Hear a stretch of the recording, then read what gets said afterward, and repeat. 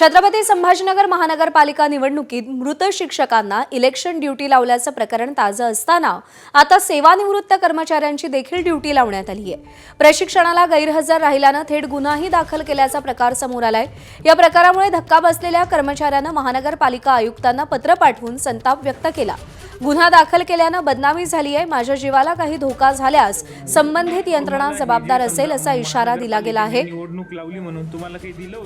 आरोग्य उपसंचालक कार्यालयातील कर्मचारी मूलचंद आलासिंग राठोड हे 31 जुलै 2025 रोजी सेवानिवृत्त झाले। मात्र महापालिका निवडणुकीसाठी आयोगानं त्यांची स्थिर सर्वेक्षण पथकात नियुक्ती केली। याबाबत त्यांना कोणतीही माहिती नव्हती। कामावर हजर न राहिल्यानं त्यांच्यावरती गुन्हा दाखल झाल्याची माहिती व्हॉट्सअपवरून राठोड यांना मिळाली। 34 वर्ष होतो ड्युटी। रिटायर कधी झाले? 31/7/2025। बरं, आणि मग काय सध्या आजारी आहे का? आजारी आहे, 2 वेळेस अँजिओप्लास्टी झाली सिग्मामध्ये। ओके, आणि मग हे तुम्हाला जे 16 लाख रुपये गेलेले आहे माझे। तुम्हाला हे जे समजा महानगरपालिकेने निवडणूक लावली म्हणून तुम्हाला काही दिलं होतं अगोदर पत्र वगैरे? काहीच दिलं नाही, मला काही नाही मिळालं। थेट तुम्हाला केव्हा माहीत झालं तुमची ड्युटी लागली म्हणून? मला ते पोलिसांनी कळवलं, तेव्हा कळवलं माझी ड्युटी लागलेली आहे। म्हणजे गुन्हा दाखल झाला तुमच्यावरती? गुन्हा दाखल झाल्यावर कळालं माझी ड्युटी लागलेली आहे। बरोबर।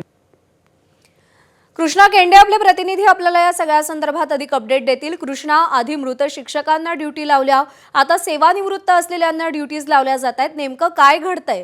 नेमका या सगळ्यामध्ये चूक कोणाची आहे? लूपहोल्स कुठे आहेत?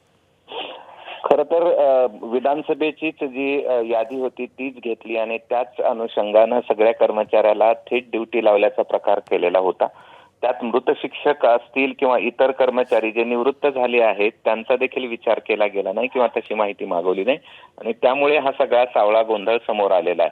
यातली विशेष बाब सांगायची झाली तर ज्यावेळी मृत शिक्षकांना ड्युटी लावली होती त्याच वेळी अधिकाऱ्यांनी सूचना केल्या होत्या की आपण जे गुन्हा दाखल केले आहेत त्यात काही गडबड आहे का याची चौकशी करा। मात्र तरी देखील तशी चौकशी केली गेलेली नाही, आणि आता एका कर्मचाऱ्यांनी थेट मनपा आयुक्ताला पत्र लिहिलंय की माझ्या जीवाचं काही बरं वाईट झालं तर याला प्रशासन जबाबदार असेल, कारण की गुन्हा दाखल झाल्यामुळे पोलिसांची चौकशी आणि इतर सगळ्यामुळे मला मानसिक त्रास होतो आहे, आणि मी 31 जुलै 2025 या ठिकाणी रिटायर झालो आहे, आणि त्यामुळे बरं वाईट झालं तर प्रशासन जबाबदार असेल असं थेट पत्र देखील लिहिलेलं आहे। मात्र कुठलीही शहानिशा न करता थेट इलेक्शन ड्युटी लावल्यामुळे काय काय गोंधळ होऊ शकतात हे छत्रपती संभाजीनगर महानगरपालिकेच्या कर्मचाऱ्यांनी दाखवून दिलंय असं आपल्याला म्हणता येईल, आणि आता थेट आयुक्तांना पत्र लिहिल्यानं यावरती काय पावलं उचलली जातात हे पाहणं देखील महत्वाचं असणार आहे। प्रज्ञा, कृष्णा, धन्यवाद दिलेल्या माहितीसाठी। एबीपी माझा, उघडा डोळे बघा नीट।